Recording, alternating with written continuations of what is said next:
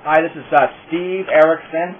It's May 27th, 2006, and it's about 6:15 p.m. Eastern Standard Time. Who am I talking with? Cathy Ellison. Cathy Ellison? Yes. Okay, we're here today to talk about some police misconduct in the town of East Haven, Connecticut. Is that correct? Yes. Okay, I'll let you go ahead on your story of police misconduct. Go ahead. I married an East Haven police officer. He had moved into my residence in 1996. 4 years or 3 years prior to marrying, we lived together. Okay. After getting married and throughout the living together part,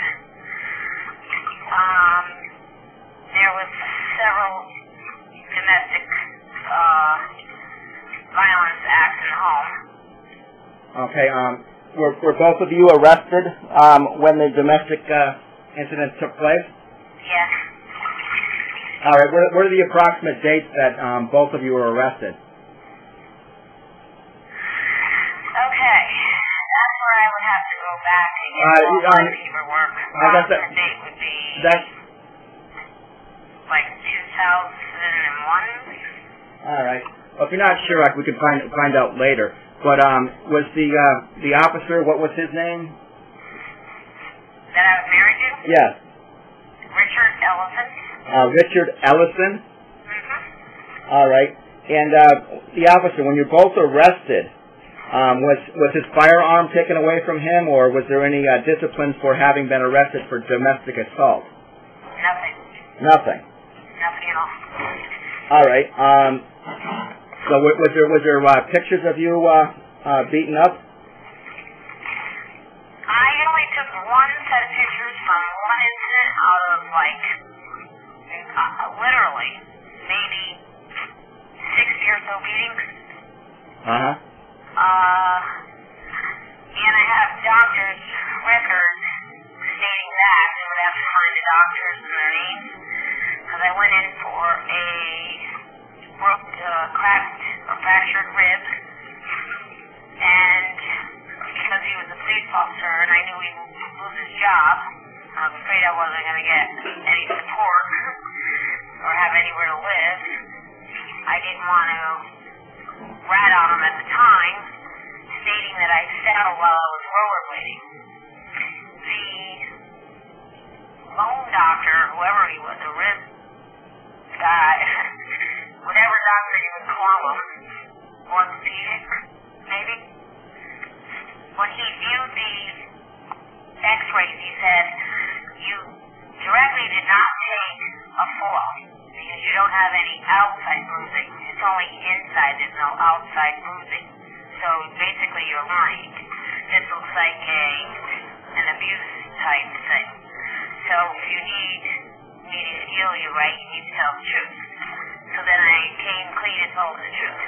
That my husband had punched me in the rib. Yes. And fractured it.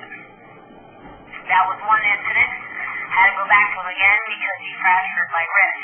My left wrist. Another meeting took place. Just perfect timing prior to an OB yearly exam where they have to examine you head to toe. The meeting was so bad when the doctor came in to examine me and went to do the checkup, he stepped back and was appalled at what he saw. And he said to me, were you in a gang fight? Like, are you involved with, are you a gang member of some sort? And I said, no. He said, is this a spousal or a significant other, violence act? And I said, I'd rather not say. And he said, why wouldn't you want to say? And again, I didn't want to say because I knew the job would be taken. So he says, you need to speak because your bruises are so bad, they're internal and they're probably could lead and will lead to cancer down the road. Because he labeled them contusions, blah, blah, blah. I have the doctor's name, the report. He says, if you're not going to write a report right now on this animal who needs to be locked up immediately, you can get dressed and I'm dismissing you as a patient. If you are not reporting this animal, I'm no longer to see you after this. And what hospital was this, and what was the doctor's name, if you can recall? The OBGYN doctors were, it was a group, God. Yeah. What town was the hospital in? New Haven. In New Haven. Doctor's building. I can look back at my records. Oh, that's okay. I have it all up now. Was it a sexual assault or a rape where you didn't voluntarily? No, he just beat me up because he was pissed off. All right. He beat me up in front of my mother, my children. Has the officer, your ex-husband, ever raped you or done that, without your consent? No. No sexual offenses. The only thing he did once was come in he was on a day shift, and he walked in on duty, and we weren't married yet. Yeah. And I guess he didn't like the fact that he was mad about something about me shopping or something. He threw me on the bed, held me by my neck, pulled his firearm from his holster and held it to my head, threatening that he would shoot my head off. With his own firearm on duty. Do you think that he would have done that, or was he just trying to scare you? Sir, I think if they put him under any kind of counseling, which we did go, we're fine. We went to counsel after counselor, and they kept telling him that he needed medication, that he needed psychiatric help, and he kept saying bull, bull, bull, and walking out because if he needed that, he couldn't hold the job. So after the fourth or fifth therapist, I said, 5 therapists are wrong. What's up, Rich? You can't walk out of them all. 5 professional people are not wrong. He said, well, I'm not going on any medication because I'll be losing my job. Try explaining I'm on psych meds. I go, well, you need psych meds. Your behavior's out of control. You have anger issues. You're totally resentful and hostile all the time. You snap. He's a drinker. I've seen him drink on duty. I've seen him and his friends drink on duty. I've seen them drunk, driving the police cars. I've seen it all. What other police officers were involved in the drinking and driving the cruisers? And smoking pot. That would be Officer John Cassio was involved. John who? John Cassio. Cassio? Cassio. C-A-S-C-I-O. Okay. And Officer Lance. Lance? Lance Holmes? Helms. H-E-L-M-S. Yep. And there was a couple rookies there. I do not recall the rookies' names. All right, so as part of initiation, do officers smoke pot and drink, or is that just something they just allow that? Does the department allow that? Well, if there's a number of officers doing it, they obviously do a blind eye towards it, right? Absolutely. They only see what they want to see. All right. I understand that there might be a Chief Gallo is the East Haven police chief. Yes, Officer Leonard Gallo, and as long as East Haven police ran their business, they never hired out of town. Now, they hired him from New Haven. He was the first one hired out of town. Once again, because the mayor, Joseph Maturo, who was hired as mayor in East Haven, and because he was some kind of link to a family member, hires Lenny Gallo. They're linked together, and the mayor is also on the media and the news now getting canned for many instances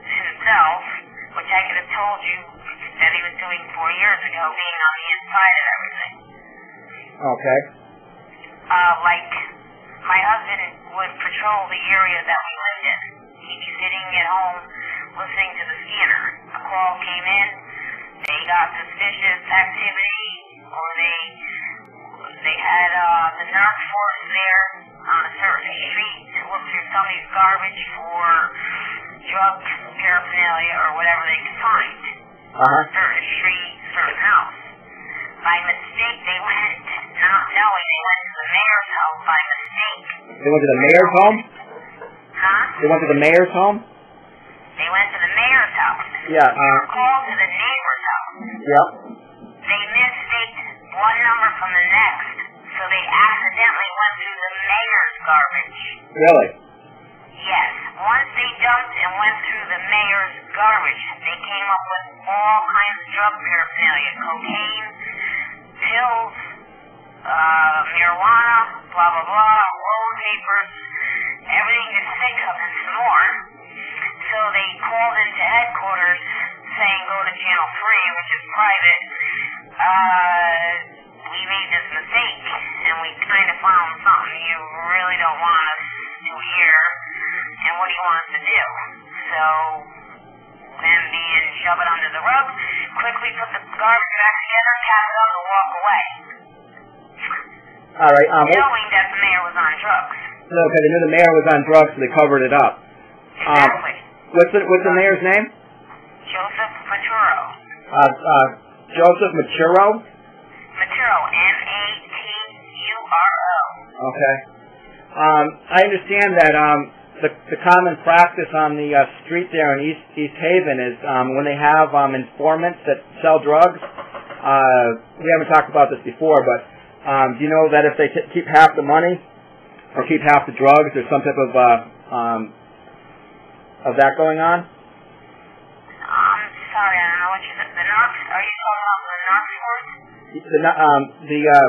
Well, I mean, was your husband ever in possession of drugs or money or other items that he should have turned in?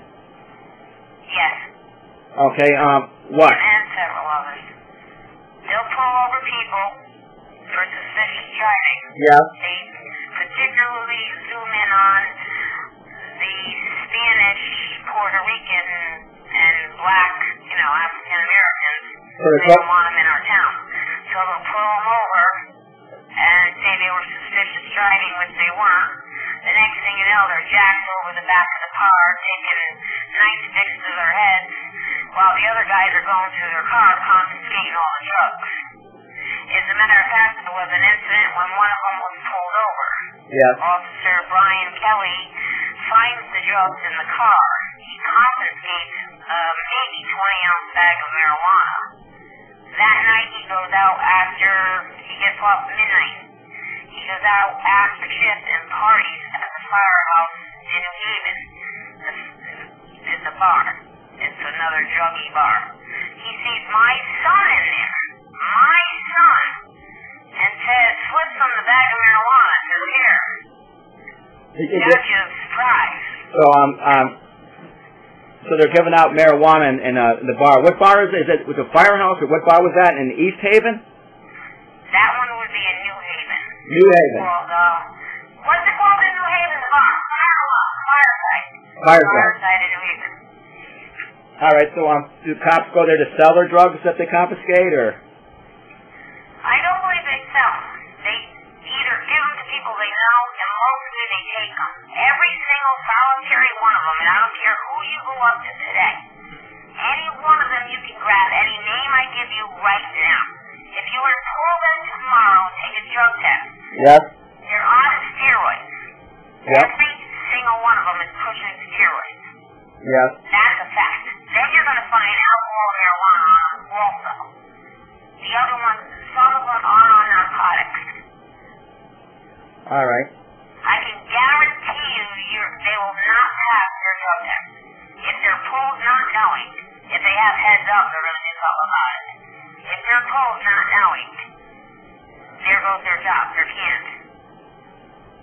Yeah, and you think that Chief Gallo knows about all this, and he covered up? He absolutely knows it, and he covers it all up, yes. And he covered up the abuse of you? Absolutely. All right. And I informed him of all what I'm telling you, which he already knew. All right.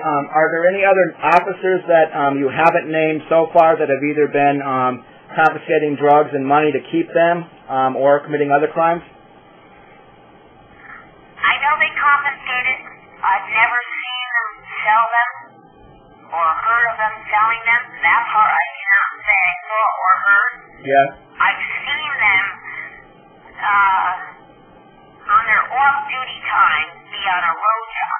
Yep. They're directing traffic. Yep. They leave the road job. They got 20 minutes for lunch. Yeah. They go to Rich Ellison's condo. Yeah. So in the 15 to 20 minutes, they decide they're going to smoke pot and drink as much as they could. Yep. After becoming totally intoxicated, 3 or 4 of the officers couldn't drive back. They couldn't get their cruisers and drive back. So they crashed and fell into a coma, unconscious drug thing. Cruisers were never returned. They were never returned. And people coming on shift at 4 o'clock were still waiting for the cruisers while they're still passed out drunk on his living room floor. What were those officers' names? Richard Ellison. Richard Ellison, okay. And Lance Helms. Lance Helms, okay. Mm-hmm. Those were the 2 who could not drive back. John Cathy also was highly intoxicated at the time. He's the only one who took the cruiser, swerving up and down North High Street, head-on traffic and blah, blah, to get the car back to the back of the station, after blowing off the rest of the road job. But then again, the construction crews will cover up for them too, because, you know, hey, you want a little bit of this, you want a little of that, I'll shut up if you shut up, just sign my ticket. Yep. That's what, but I was particularly there that night in the condo. They invited me over. They called me there and invited me there. This was after the fact. All right, so which 2 officers crashed the cruisers drunk and high? Drove them? They didn't crash them, they drove them. They drove, but they didn't crash the cruisers? No, they drove them under the influence of everything you can think of. Okay, but they didn't crash when they were drinking and high in the cruisers, right? I don't believe they hit anything. Maybe a mailbox, who knows? They said they clipped a couple things, but maybe a dent or scratch in the cruiser. Nothing major. They didn't hit someone else, no. All right, so I mean, if they did a swab test on the cruiser, would they probably get would it test positive for drugs inside the cruisers? Yeah, you'd probably have to get the right guy. Like John Cathy, who I believe is, see, they change shifts. Yep. Most of the dirty stuff's going on at midnight shifts. Yep. I know where they hide, I know where they park, I know where they're doing it. I know where they park their cars that punch, go to roll call, get out of roll call 12:30 a.m., leaving roll call, they'll drive behind the nearby school, park car, go to bed. Till 6, 7 o'clock in the morning, and they get up and go, well, you know, back into the station. I don't know about East Haven, but I know in other towns, some of the police officers they'll collect protection from prostitutes. They have sex with them in the cruisers. Does that happen in East Haven at all, or you don't know? That they've done what?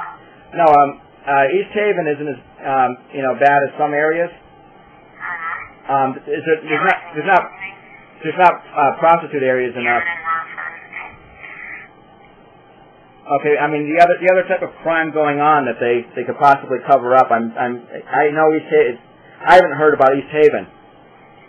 Do you know about any of that? You got to be local. They're in the newspaper. They're hitting media right now. They're zooming in on Joseph Maturo. Yep. Leonard Gallo, the chief police. Yep. And they're also looking into investigations.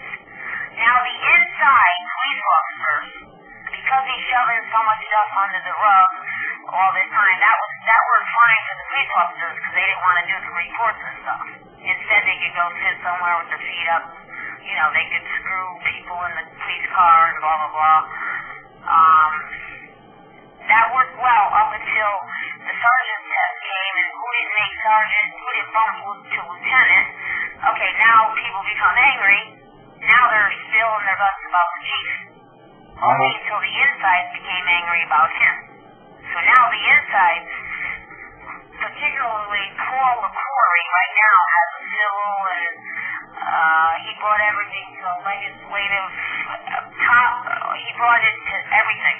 He brought it to the top of everything. He's suing Leonard Gallo, the chief, the town, and everything else. Just the whole thing. He's going for a top notch. Because he should have made sergeant ranking, and he didn't because, once again, Lenny Gallo hired somebody who was a cousin or his nephew or blah, blah, blah. When she was only on the force 9 years, this guy was on 23. He now took them to get mad and treated unfairly to turn against the police, to turn against the chief. It's okay when he did it to civilians. All right. Just recently, there was a car accident in East Haven, and it was 11 p.m. at night. The chief of police is home. He has a scanner on. He's not to respond to calls. He has supervisors. He has everybody on the road taking care of everything. He happens to hear his cousin Zane involved in the car accident. So he leaves his North Haven home, runs to East Haven to the accident, and he tells the responding officer, Rich Ellison, who was going to dish out the ticket because Sergeant Paul McCrory, who should have made lieutenant, who's a red odds, says, all right, this guy's in the wrong, ticket him. Yep. Lenny Gallo, the chief, says, hold up, he ain't ticketing him, he's my uncle or something else. Something, another cousin or nephew. So you're not ticketing him. So he says, wait a minute, he's clearly in the wrong. So he says, I don't give a crap who's in the wrong, that's my family and you're not ticketing them. Yep. He ordered to do that. Once he got in his car and left, Sergeant McCrory turned to Officer Ellison and said, now that's corrupt. I'm ordering you, I'm overriding the chief of police because I got civil lawsuit and everything else going against him to bang out the ticket and give it to the gentleman right now. He was in the wrong. So police, Rich Ellison, I don't know if he did or didn't bang out the ticket. I believe he did. Yep. But the lady who was in the right, because they proved it all wrong and corrupt and blah, blah, blah, she won her case and now she's suing the East Haven Police. Chief Gallo, Joseph Maduro, they're all being sued. These are making headlines in East Haven right now. All right. Now they're taking it to further and further what they're doing. All right. Do they know? Do they know, or have they printed what you've told me so far, or no? Yes, most of it's all printed. Yes, I said it. I called. I have a record. I have letters. I have police reports. I have doctor's reports. I spoke to the chief, the captain, and the inspector. All right. I'll check out the newspaper. Is it what newspaper has printed it? You would have to pick up like the New Haven Register. Okay. Or all you have to do is, well, I don't know where you are. You have to watch ABC, channel ABC. Channel 8. ABC News. Yep. Action News. It's always on there. You have to watch. Or if you have an internet, go back and research. I don't know how long it will let you go back in the register. Yep. Does it let you go back? Okay, because it'll say East Haven. It'll say something about the whole incident I just told you with Lenny Gallo and the accident. It'll say East Haven News, and then something about the chief. And you got to go back into the register. How long ago was that? Because it came out again because she just won the suit. But it happened like 6 weeks ago.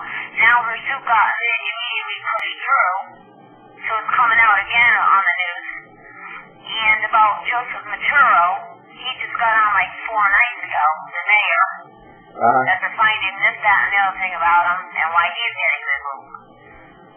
Have any of the police officers gone out and, threatened any witnesses or tried to get witnesses to either not tell a story or to tell a false story? Yes, absolutely. Who? Where do you want me to start? There's a million. There's tons of too many names to mention. All right. Also, what's going to happen to me because I will be living in East Haven? Like, my house is going to get blown up. Like, I'm not going to get police protection anymore. Like I'm opening my mouth and guess who's not going to protect me? What I found out is the people that are scared and to be quiet. Basically something happens to them when the information is already out there. There's not much they can do. It's already in the paper. It's already been said, and then what's happening now is a lot of the corrupt officers, etc., are being actually prosecuted. It's been, whatever number of centuries that the Connecticut police, especially the Connecticut State Police, have gotten away with whatever they want. Has Connecticut State Police Internal Affairs been involved in any of the covering up for the officers, or? Well, there was the incident when I called that Rich was adamant to ruin my life because I threw him out and wanted a divorce. Yeah. He in turn told the officers, in other words, everybody against Cathy Ellison. And one of the officers, Robert, ran phoned my house. Yeah. He told a friend to a friend, tell your sister she's dead because I'm going to walk through her house and punch her effing lights out. Really? So I called the police. She said, yeah, okay, prove it. I said, so you're not going to send out an officer when I was clearly threatened and heard him say this, and he's about to come to my house. He even said the time, date, frame, and everything else. He's supposed to be not on story. You're not going to send me any police protection. Is that what you're saying? He said, absolutely. Do you have a recording of that? No, I don't. But I called the state police because I was scared and didn't know where to go. Called state police, which, because where I live, would lead me to 2 by barracks necessity. They did nothing for me. Nothing. You complained to the Connecticut State Police Internal Affairs or to the Connecticut State Police officers? The officers. Do you know those officers' names? No, I don't. All right. They would only, geez, if you ask them, I bet you they don't remember the call or opt it down or anything. So, do you believe the Connecticut State Police officers were helping cover up for the town officers that were doing crimes? Well, they certainly didn't want to do anything about that now, did they? When a clear cut should have came and gave me proper protection at the time. All right. We're supposed to intervene if the town is not cooperating, they can. Well, I understand that like police officers in your town and pretty much the state, they collect money and drugs from drug dealers. Are the Connecticut State Police, in your opinion, aware of that also? Are they part of it? Yes. There's not one. Who isn't corrupt? No. DCF is corrupt. State police are corrupt. Town police, city police, mayors, governors, president. Where do you want to start? None of them are right. All right. It's like 3 million against what? 30 of us? Yeah. Well, in Hartford and in New Haven, I've heard stories where DCF workers they work under actual mafia people. Will contact them. The DCF workers will contact somebody else in a community, and they'll threaten people. That way that DCF worker isn't caught making the actual threats. Have you known that to be true? Absolutely. I'm involved in a DCF case right now. My daughter's on probation for it. All right. Your daughter's on probation, so they're trying to use your daughter to influence you? or they threaten your, is DCF being used to threaten your daughter to do something, make a false statement, or not to talk? Exactly. They wouldn't give us the word. The judge wouldn't give us the word to say because inside stick with inside. All right. So the DCF is like their mafia enforcers. Is that correct? Is that I didn't hear about the mafia, but I wouldn't doubt anything. If, like I said, if I got in my car or had an unmarked car and I followed, like pictures and nothing are not admissible in court, you're telling me. So, I mean, if I follow or camcorded anything, they should all go down. Because they're using illegal drugs. I've seen it for myself. I've been in the same bars where they're dancing on the tables, and these are DCF investigators and everything else. And it would be on a Wednesday night when we were reporting to work the next morning at 7 a.m. So the DCF... How do you figure she's doing a correct investigation? So the DCF workers, they party, they drink, and they smoke pot with the police officers? They do with the police officers, with the state police, with the court officials, you name them. So a lot of the... officers, they broke the HIPAA contract on me and my daughter. They put a contract out on you? They put a contract out to kill you, or? No, they broke our HIPAA contract. The Privacy Act? Yep. She broke it. She clearly broke it. The judge would not give up a second to say our half. She only heard, of course, the state workers' part. The state investigators' part. All right. So the DCF workers, they do favors for the cops. Are the various officers cheating on their wives while they're smoking pot and drinking and sleeping with these DCF workers? Yes, absolutely. That's how this whole thing started. All right. She happened to be cheating with my husband. Barked up the wrong tree and got caught. She don't like it. She wasn't dealing with a dummy. What's the female DCF worker's name? Rose Arculio. Rose Arculio? Rose Arculio. All right, so she's a DCF worker, and she'll... DCF. What's that? Investigator. She's the investigator. Okay. So she'll do the initiating, like a first, second time drop through. Then she refers you to a DCF worker. She's the investigator first. So and then she'll refer you to a worker. So if she sleeps with cops, they can ask her to file false reports against somebody or take somebody's kids with no proper reason. Is that correct in saying?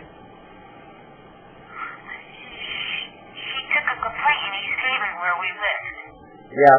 Okay, then after each day is done, if they had an incident in East Haven or Brentford, they have to go to that particular police department, hand in their reports. They just go over there, drop them off, hand it in, blah, blah, blah. The top priority cases to watch out for, or whatever. Yep. Or protocol, I guess. The investigator has to hand in whatever. The investigators have to hand in to each town. That particular day, when she came unannounced, when she said she wasn't going to anymore, and had clear-cut no reason to, except for me and her were butting heads because she knew I knew a little bit too much about her and didn't like this. She came to my home, and my ex-husband, Richard Ellison, once again, is sitting there. When they met, locked eyes, Rich ran to the back of the house to hide, as if you don't see me here. So I confronted Rose Arculio, the state investigator, saying, is there something going on between, sexual, maybe, romantic, whatever you want to call it, between you two, because obviously I can see that the clear-cut don't want to be in the same room. And then she's like, oh, I don't quite recognize him. And I said, no, I think you're quite lying. Then she said, oh, yeah, Rich Ellison, I do see him at the police department. So with that, she goes home, but she didn't take a report that day or anything. She was just coming back to actually give my daughter some Walmart, knowing we were financially broke. But once she saw Rich, and she became very uneasy now that I knew the insides, and she became frightened. So the next following day, she had a meeting in East Haven Police Department, pulled one of the police officers off Mike Devato. She pulled him over and said, "What's up with Ellison's wife? She knows too much. Right or wrong?" And he said, "Right." So she said, "Should I have hands up about her? You know, be clear and watch out?" And he said, "Yes, absolutely. Because she don't kid around with her. You know, she'll do what she has to do." All right, you mentioned earlier that So she just took my case out of no way. She had no right taking. She was clear cut, and I'm not even at her house that day. Nothing. She had nothing to open her house. She just took my whole incident and took it to the East Haven. One of her banging buddies. She broke my privacy act. Okay. All right, I understand that. And the judge doesn't want to listen to this. All right, your daughter, would she have been targeted by the DCF if they weren't trying to keep either you or her quiet about something?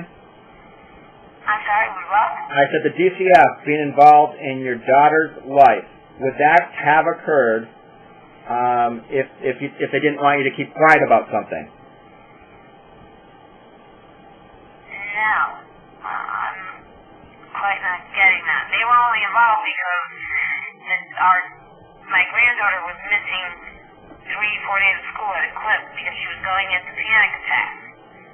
So the school psychologist called and said, "Well, panic or no panic, the kid should be sent to school." When she was medically already advised that she could be kept at home and get therapy, which Clifford Beers was taking care of her therapy, which that's how Rose ends up in the story over educational neglect. Over something minimal, which took a turn for worse real quick, snowballed quick, and next thing you know, there's 2 state troopers in front of our house surrounding it. They walk in, they don't even want to hear our story. Click, click, my daughter's under arrest, and she's going down in the barracks in Bethany.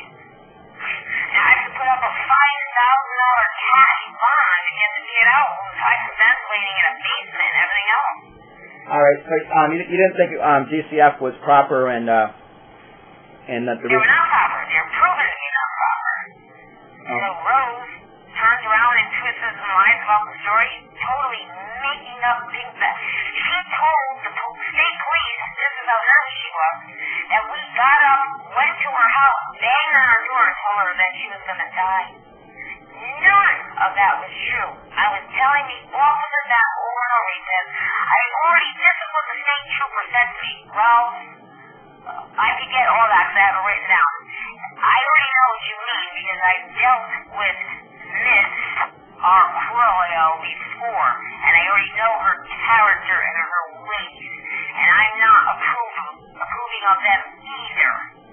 So I believe when I bring this to the judge, she's just going to throw it out.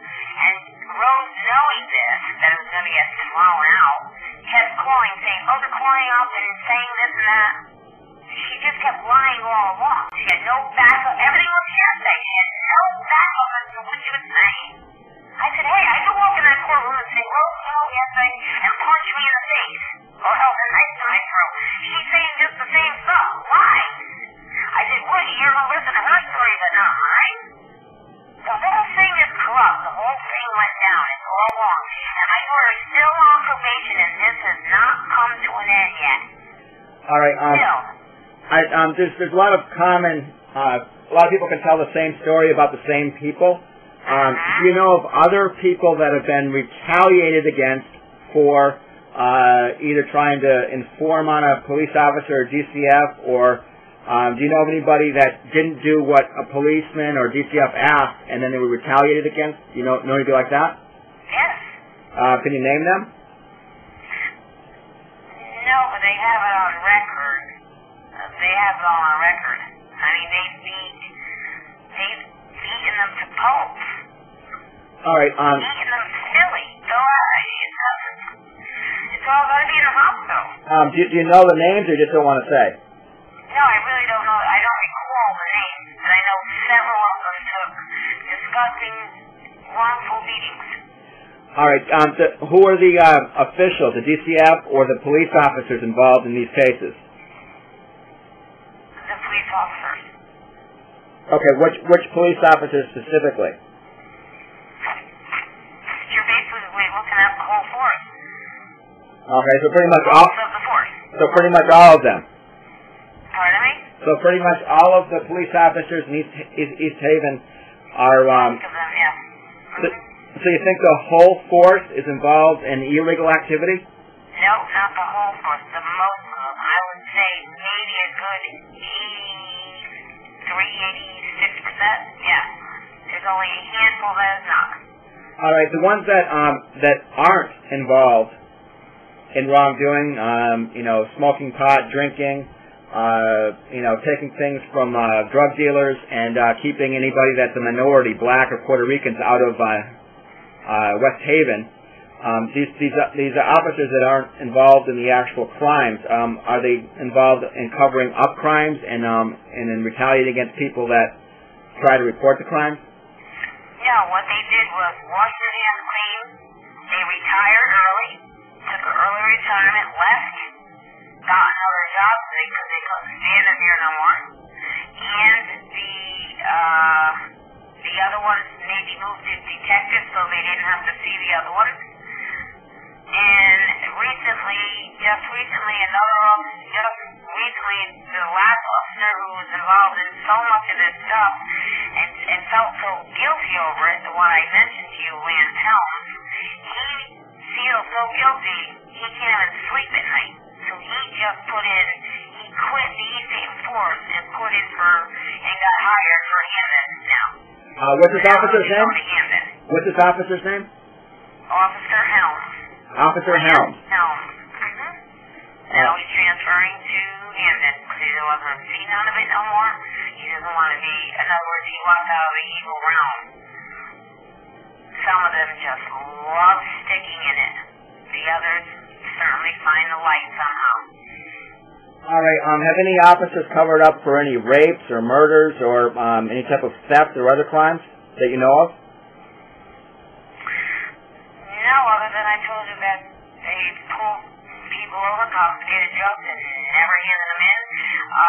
They have continuously, every 4th of July, pull over people for illegal fireworks, and my husband would bring them home every night with a whole big bag of illegal fireworks. I'm like, what am I supposed to do with these? Now go bring them back to the station or do something else with them. They're going to explode over here. You're not supposed to have them here. How do you walk out of the house with a badge on your chest? Bang, the next thing you know, I'm popped out and I'm on the ground. So they just basically, when they confiscate stuff, it's for their, they just take it for themselves. Absolutely. Especially with beer, liquor, marijuana, fireworks, anything you can think of. When they find illegal guns, do they take those too, and not report it? I haven't witnessed. I've heard rumors, but I've not witnessed that, no. All right, because sometimes they'll keep stolen firearms so they can, if they shoot somebody, they can just throw the throwaway on top of the body or whatever. Right. Yeah. Like I said, I was never witness to that. I've heard rumors. I cannot say to you, yes, I've seen it. Yes, I know of it. That I can't. I've heard stories where the officers will pull over women that have had too much to drink or drugs or whatever, and they'll allow the woman to. Your next line. What's that? And I know your next line. Go ahead. That they negotiate out of being arrested for either oral sex or for. Yes. Okay. Constantly. Do you know of any officers that are involved in that? That would stem back years, but yes. All right. What officers would have date night, as they used to call it? Oh, Jesus. So it's not being done so much now. Who knows? I got run out of my own town. I left. I won't watch the news. I won't read the newspapers, people, friends call from East Haven, I hang up in their face. I don't want to know nothing. It's horrible. It's disgusting. So it's disgusting. And there's, if you had another 6 years to listen to me on the phone, there's not enough time to tell you the disgusting stuff that's taken place. And it's about time that one of them, in the first place, you should start is yanking them randomly and giving them a urine test or a blood test. Hey, you're off the force. They're on illegal drugs. Every single one of them. Which key On officer? duty. That's pretty serious. Which officers do you think might tell the truth and inform on other officers? Is there any that would that you think would be better to go The to? only one that I know that goes black and white by the book, which really he hates doing this to his best friends, but you might be able to get something out of him, is Sergeant Paul LaQuarrie. Paul LaQuarrie? Paul LaQuarrie, L-I-Q-U.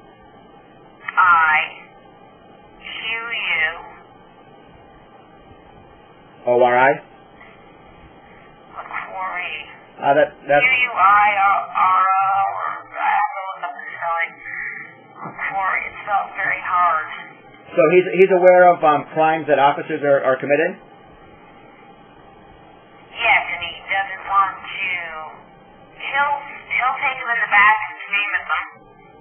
So what now? He'll take them in the back and give them shouting and yelling and knock the crap off and blah blah blah. But he's sick and tired of seeing it. So he knows that officers are drinking and smoking pot and taking. They kind of tend to hide that from him because they know that doesn't fly with him. Okay. So like Lieutenant Napolitano, he's Fort of Midnight. He's a lieutenant on the Fort of Midnight, sitting on the desk. They're going crazy. It could be 4th of July. They're short officers. They're short shifted. They're going nuts. And he's like 7 o'clock, 5 o'clock, an hour and a half after punched in. I'm going to dinner and I'll be back. She's like, you serious? You're leaving me in the dispatch room by myself. I can't answer 20 calls coming in at once. Well, I said I'm hungry and I'm going to eat. Here he rolls in 3 hours later, knowing what's clear cut, knowing what's going on in that station. All right. I understand that if you're a minority and you try to open a business in East Haven, or if you're white, if you open a business or on a multifamily property or property that somebody else wants, do the police in East Haven go after people that own a business or property to make sure that they lose it?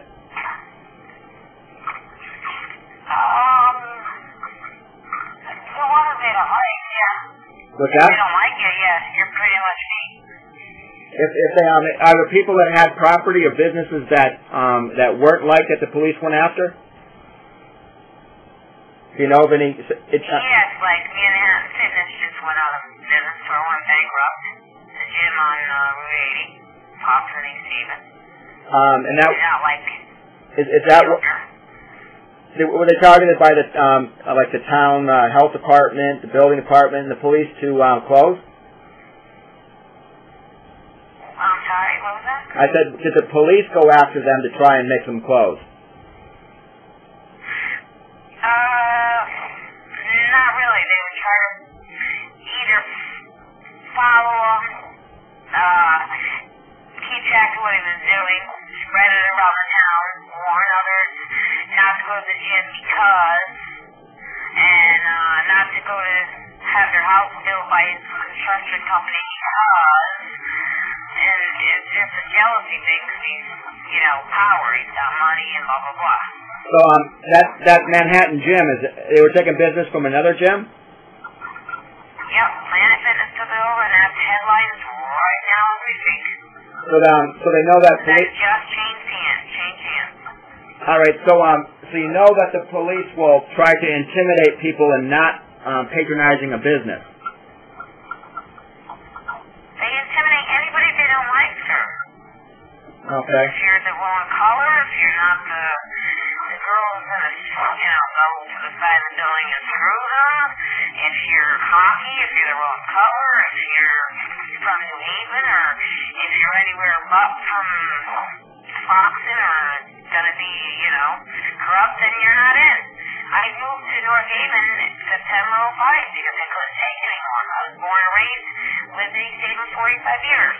I've had the police officers out here on several occasions, and if I got 4 or 5 different officers here taking complaints for phone harassment, they're cringing, number one, because they have to deal with East Haven, and each different officer in North Haven said, this is not a good deal. We do not like dealing with East Haven. We're a different breed from East Haven, and maybe if they put down their stairway needles, they would know what they're talking about. This is coming from one department to another. That's just rule of thumb. Departments don't rank other departments. They've never done it before, but everybody's so fed up with them. They're like, we don't want them in our town. We don't want the residents in our town. The particular person who was giving me trouble was from East Haven, and you know what? Between my report that I wrote and the North Haven Police Department report, he went to court. He couldn't get to say the word stop. After the judge read it, he said 90 days, get him out of my face. So now he's under arrest, and he's doing jail time. Who's under? East Haven. He took up the. He knows exactly what's going on in East Haven. Now he doesn't want East Haven even in his courtroom. What judge is this? Judge Frank, I have to get his name. It's Frank. He's in the Supreme Court, New Haven. So do you know of any corruption that goes on between the police officers and prosecutors and judges where they fix things? They squashed many tickets for me. Okay.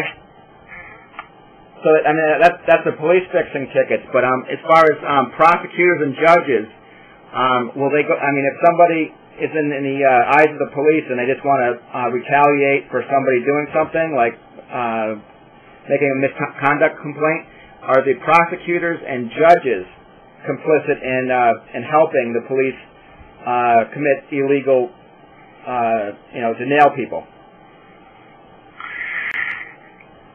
I haven't seen it or witnessed it. Like I said, rumors again, depends what judge you get, depends who's who. Like the particular judge we're dealing with the CF incident, she's like, shut up. She doesn't want to hear nothing because we don't work for the state. When we're clear cut and right, my daughter didn't have a word edgewise. All right, but when you were okay with your husband, could you fix something with the judge or a prosecutor just by saying something to him? Could you? When I was arrested?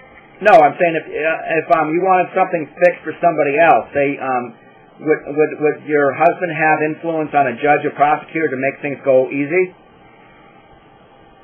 Yes, if they have lawsuits or anything against them, they hire Hugh O'Keefe. They hire who? Who wins all their cases. Who's that? Like Hugh O'Keefe. Hugh O'Keefe. That's the attorney. That's just a regular defense lawyer, correct? But what I'm saying is, how do they are the judges and prosecutors that the police can have fixed cases for them? I don't know. I have no idea. I wouldn't doubt it, but no, I have no idea. I wouldn't put anything past any one of them. And a good start is where I told you. If somebody can get somebody over to that particular department, pull them randomly without heads up, swap a blood test on them, there he has one job, then another, then the other ones will start to think. Do I want the steroids? Do I want the marijuana? Or do I want the job?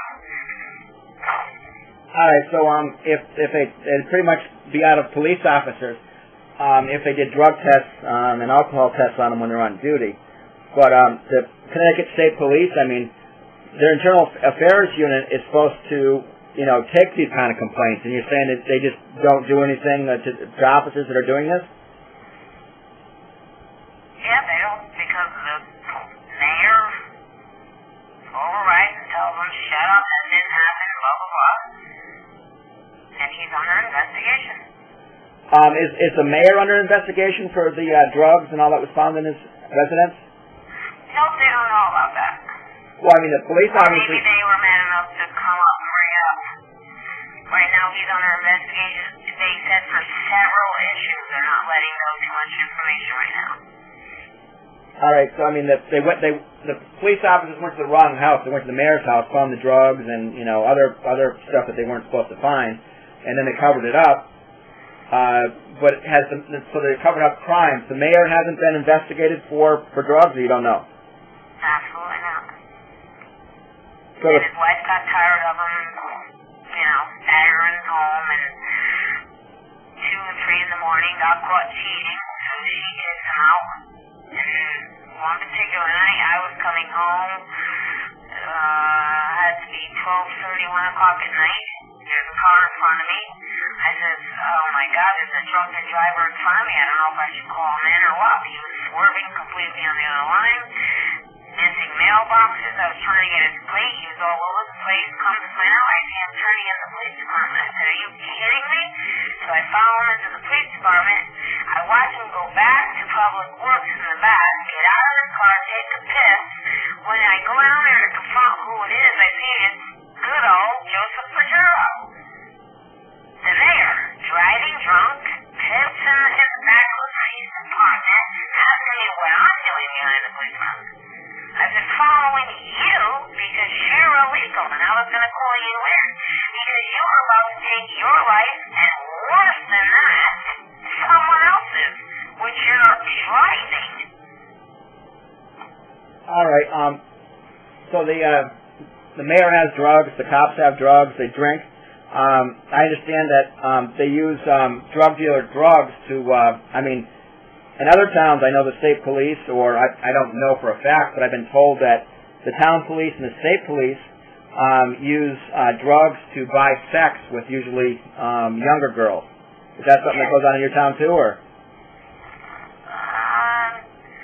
It does somewhat before New Haven. It's more in New Haven than East Haven? Yes, East Haven's a town, New Haven's a big city. All right.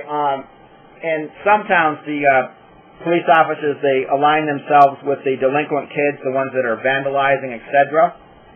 And then they get these gangs of kids to do whatever they need done, like they beat up other kids, or is that going on in your town too, or?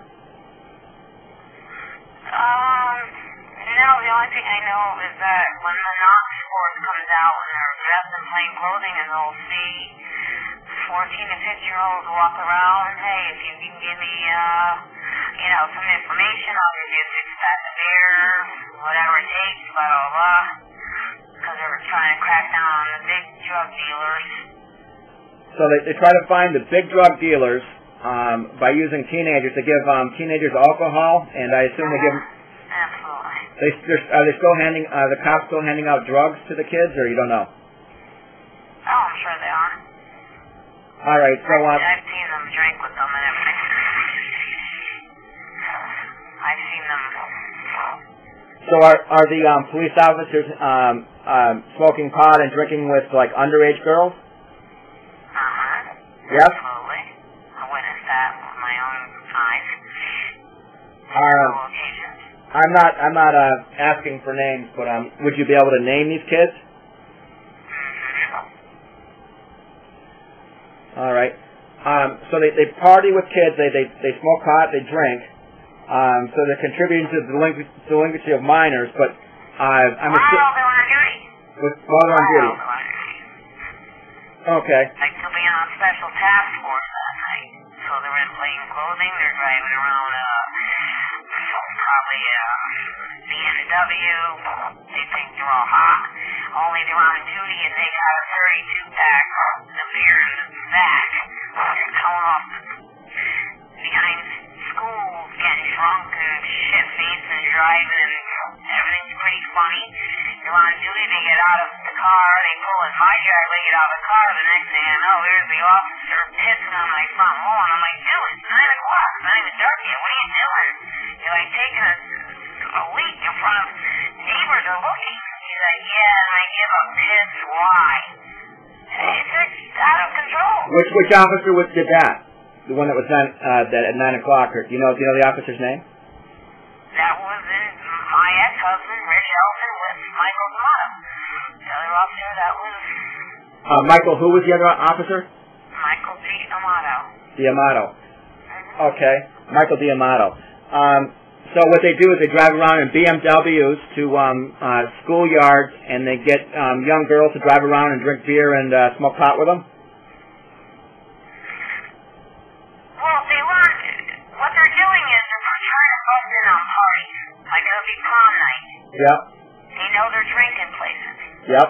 So they see you walking on the street. All right, tell me where the kids are drinking out at the prom. Yep. And they're up there, or they're at this location, or they're at that location. They're supposed to do this basically from 8 p.m. to 2 p.m. Uh-huh.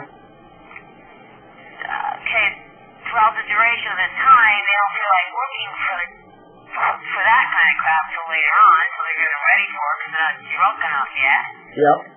They came to my house, walking in with 6 packs of beers and drinking. At this time, I'm like, why are you guys in a BMW? Why are you guys all suited up? I thought they were going out for the night. Then they lay on me that they're on special task force for the night. So when I had 16 and 15 and 14-year-old kids in the house, and they're playing beer pong with them. On the cover. Wait a minute. I have to break up all these rings and throw them out. What do you mean, break them up all these rings? What are you talking about? But I walk in and they set up beer pong in the back. They set up a table. All right. Ping pong table. What is beer pong? It's okay, they're drinking with police officers drinking. 14, 15, and 16-year-olds. I don't even think they're 16. 14 and 15-year-old kids. Yes. Getting them drunk. Getting drunk with them. Supplying the beer. Okay. Which officer supplied the beer to the young girls? No, they were teenage boys to say, where's the big prom party tonight? And you get a pack of Smirnoff. All right. So the police officers are partying with young boys that are 14 or 15, getting them drunk. Mm-hmm. They left the house clearly staggering, not talking, not saying. They're driving. They're still working in an unmarked car. Yeah. You know, puking out the window. They bring the Chargers back and puke all over it. It's just disgusting. What is not wrong in this house? And I'm sure the other towns are worse. But, really, something's got to start somewhere. So, and East Haven is making gigantic news right now. They gave up on East Haven. It's too big. There's you're looking at 600 officers versus 35 to 40 on this force. All right. So would other police officer wives know that these same things were going on? Absolutely. All right. All the insides know the insides. All right. So the town hall, would everybody in the town hall know also what's going on? Absolutely. All right. Town hall is jump on the police when they come in there. They're God. All right. So basically, any public works, librarian, anybody that works for the state, would you think that they'd be, somehow involved in knowing and helping each other out? Is that a fair assessment? They're all connected. Starts with the fire department, goes to the police, to town hall, to public works, to the mayor. It's all together. All right. The governor's office and the attorney general, the chief state attorney, are they in any way involved in any of this going on, of covering it up, or? To what? All right. Is any higher authority? Not that I'm aware of.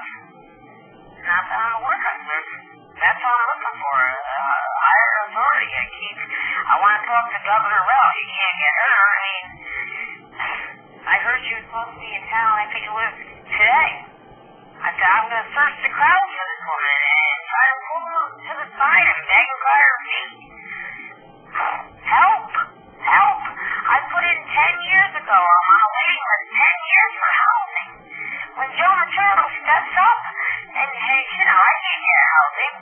Why should I? When his uncles, brothers, and sisters, and ancestors, cousins, nephews need to get it first. And on and on, and then we get bumped down and bumped down and bumped down. I've got people in there that I know. What do you mean get housing? If you're a police officer, or how do you mean get housing? If what? I said you said get housing. You were married at the time when you were trying to get housing, or? No. I was not married. Okay. At the time when I'm asking for housing. All right. We were only married just made almost 3 years. That's the only time. And we were in my apartment. I was paying all the bills. We were only together in that apartment 3 years.